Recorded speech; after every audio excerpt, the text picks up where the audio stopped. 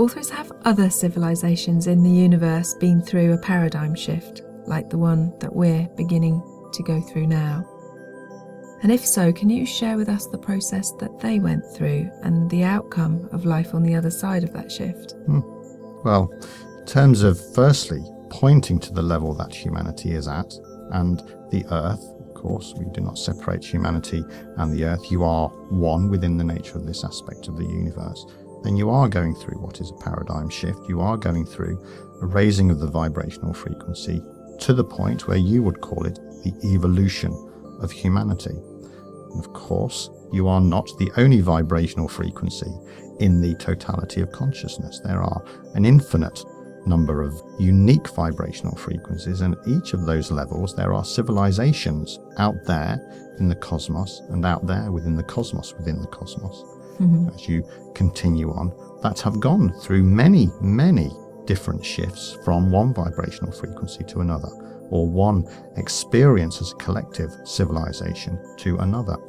It is part of that which is the universe, or the totality of the universe, accessing and requesting and nudging and pushing each unique vibrational frequency so it can understand itself to the maximum, and then nudge them onto that which is the next unique vibrational frequency. So, for instance, humanity is at this vibrational frequency, and because the universe now understands what humanity is and the experience of humanity at this vibrational frequency, it is nudging, it is pushing, or it is giving you direction to evolve to a different vibrational frequency. And that is what it does right across the cosmos.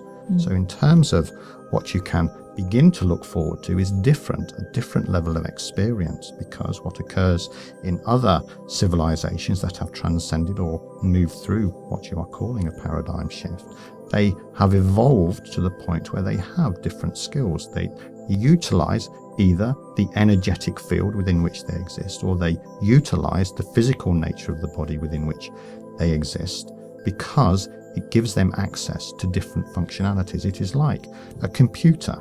So for instance, you buy a new computer and you download all the software that you desire, but if you download a particular software, then you only really understand, unless you spend the totality of your time trying to understand that piece of software, you only understand perhaps a fifth or a tenth or a hundredth of the capability of that software.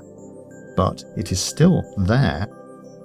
It is still there for you to access as you raise your vibrational frequency, as you raise your skills and knowledge. You can then begin to utilize the software to a much greater impact, which gives you different ways of being in the world. It's the same with your brain. It is the same with the mind mechanism, that there you only utilize that which is a tenth or a hundredth or a thousandth perhaps of what the brain or the mind capacity can achieve within the nature of that which is your physical body. So you have many different things at this particular level within the human context, within the unique vibrational frequency of humanity, within the expansiveness of the brain or mind capacity. Once you are raising your vibrational frequency, it is like unlocking different aspects of the software. It is like unlocking different skills that the mind will allow from an energetic perspective to come to the fore. We have said many times, you will be able to telepathically talk with people. You will be able to bilocate to different planetary systems. You will be able to, from a technological point of view, be able to start traveling.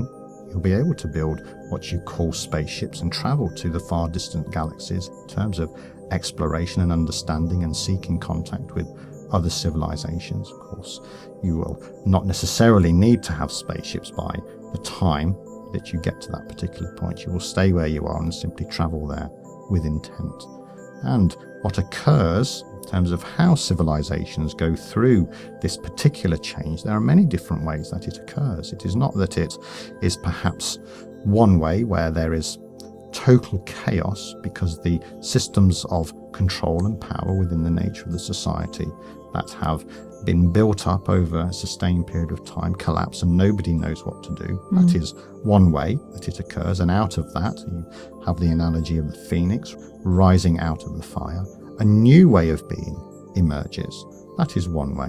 The other way is a controlled way, where there is perhaps some level of awareness as humanity raises its vibrational frequency, for instance, that more and more people begin to understand that a different system needs to be, we would say, brought into being. But what occurs is that the two systems are run side by side, and there is a slow transitional process that occurs when you move from that which is the old system to that which is the new system.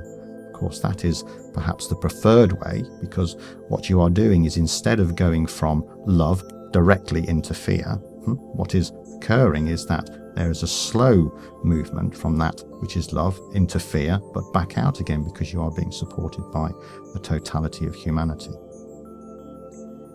So the civilizations that are living on other planets, are they willing to work with us? Are they already working with us? Well, there are some that are already working with you, but there are, of course, others out there that are waiting for humanity to raise itself to a particular vibrational frequency, because it needs to be, humanity needs to be at that particular vibrational frequency in order to make the contact, in order for the energy of humanity to connect with the energy of the other civilizations that are there. And is that the totality of humanity, or could certain pockets of humanity make that contact? Well, certain pockets of humanity could make that contact, but as you know, it is the collective nature of humanity, the vibrational frequency of the collective nature of humanity, that transmits out from the planet, out into the solar system, or out into the galaxy or the cosmos, and that is then received by the other civilizations. But because there are many different civilizations out there vibrating at different frequencies, as humanity raises its vibrational frequency collectively, it is more likely to be on a collective basis that then there is the contact, then there is the ability for the exchange of energy between those civilizations that then are resonating or vibrating at the same vibrational frequency as humanity rises. And in what kind of ways would they be able to assist us, or presumably would we be able to assist them? Well, in terms of those that are at a lower vibrational frequency to humanity, of course, you can give them the benefit of your experience at your vibrational frequency. In terms of that which is the nature of those that resonate above, but that you are rising to as a vibrational frequency, then they will be able to give you, as we have said, technologies. They will be able to give you methods about how you can access greater parts of your brain in terms of how you can utilize the physical body. For instance, there will be, and it has been discussed, there will be a point where you reach a vibrational frequency. You do not need food.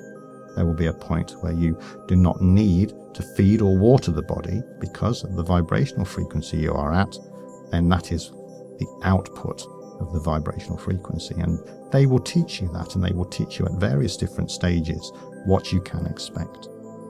So in that particular instance, you would be living from the energy of the planet. Well, you will at that particular, we would say, example, beginning to get to the point where you can transition out of the physical body. It is the process that you arrive at before you get to the point where you do not need a physical body and you can simply exist as an energy. Well, it sounds like that's another topic that we must discuss at length. Thank you. You're welcome.